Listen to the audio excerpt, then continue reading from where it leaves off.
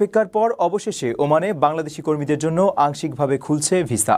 কাল রোববার থেকে প্রাথমিক ধাপে দেশটির কৃষি খাতে কাজের জন্য বাংলাদেশি শ্রমিক নিয়োগের আনুষ্ঠানিক প্রক্রিয়া শুরু হচ্ছে।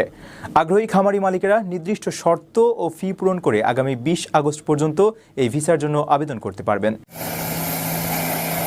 দীর্ঘ প্রতীক্ষার অবসান ঘটিয়ে অবশেষে বাংলাদেশি কর্মীদের জন্য নিজেদের শ্রমবাজারের দুয়ার খুলছে ওমান। দীর্ঘদিন ধরে ওমানের ভিসায় অপেক্ষায় থাকা হাজারো প্রবাসী ও রেমিট্যান্স যোদ্ধাদের জন্য এটি নিঃসন্দেহে একটি বড় সুখবর। ওমানের শ্রম মন্ত্রণালয় এবং রয়্যাল ওমান পুলিশের চূড়ান্ত অনুমোদনের পর কাল রোববার থেকে বাংলাদেশি কর্মী নিয়োগের আনুষ্ঠানিক প্রক্রিয়া শুরু হতে যাচ্ছে। প্রাথমিক ধাপে দেশটির কৃষি খাতে কাজের জন্য এই ভিসা আবেদন গ্রহণ করা হবে, যা ভবিষ্যতে অন্যান্য খাতেও কর্মী নেওয়ার পথ সুগম করল। ওমান এগ্রিকালচারাল অ্যাসোসিয়েশনের আল দাহিরা শাখা এই পুরো নিয়োগ প্রক্রিয়াটি পরিচালনা করছে। কর্তৃপক্ষ জানিয়েছে, যেসব উদ্যোক্তা তাদের খামারের জন্য বাংলাদেশি শ্রমিক নিতে আগ্রহী তারা কাল থেকেই প্রয়োজনীয় কাগজপত্র সহ আবেদন করতে পারবেন। এই প্রক্রিয়া টানা ২০ আগস্ট পর্যন্ত চলবে। তবে কর্মী নিয়োগের জন্য আবেদনকারী কৃষকদের অবশ্যই অ্যাসোসিয়েশনের নিবন্ধিত সদস্য হতে হবে এবং ২৫ ওমানি রিয়াল বার্ষিক ফি পরিশোধ করতে হবে। এছাড়া শ্রম মন্ত্রণালয় থেকে ইস্যু করা বৈধ লেবার পারমিট, কৃষি খামারের কার্ড ও জাতীয় পরিচয়পত্রের কপি জমা দেওয়া বাধ্যতামূলক করা হয়েছে।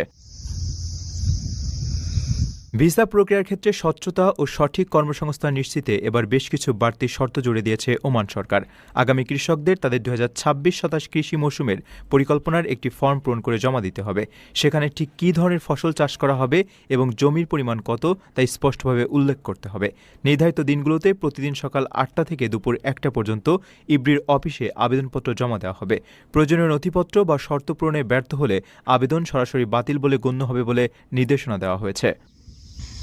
দীর্ঘদিনের অপেক্ষার পর ওমানে যেতে ইচ্ছুক বাংলাদেশের কর্মীদের জন্য আবারও আশার আলো দেখা যাচ্ছে। দীর্ঘ সময় ধরে ওমানের কর্মসংস্থান ভিসা নিয়ে যে অনিশ্চয়তা ছিল সেটি কাটিয়ে ওঠার বিষয়ে দুই দেশের মধ্যে আলোচনা ও উদ্যোগ অব্যাহত রয়েছে।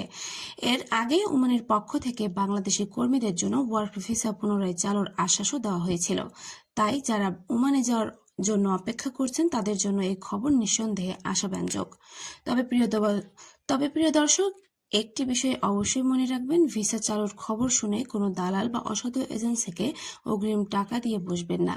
আপনার ভিসা কোন ক্যাটাগরির নিয়োগদাতা প্রতিষ্ঠানকে চাকরির বেতন। তো বন্ধুরা, এই সমস্ত বিষয় জেনেই তারপরেই ভিসার আবেদন করতে দিন। তো বন্ধুরা, সকলে ভালো থাকুন। দেখা হচ্ছে পরবর্তী কোনো আপডেটে, পরবর্তী কোনো ভিডিওতে।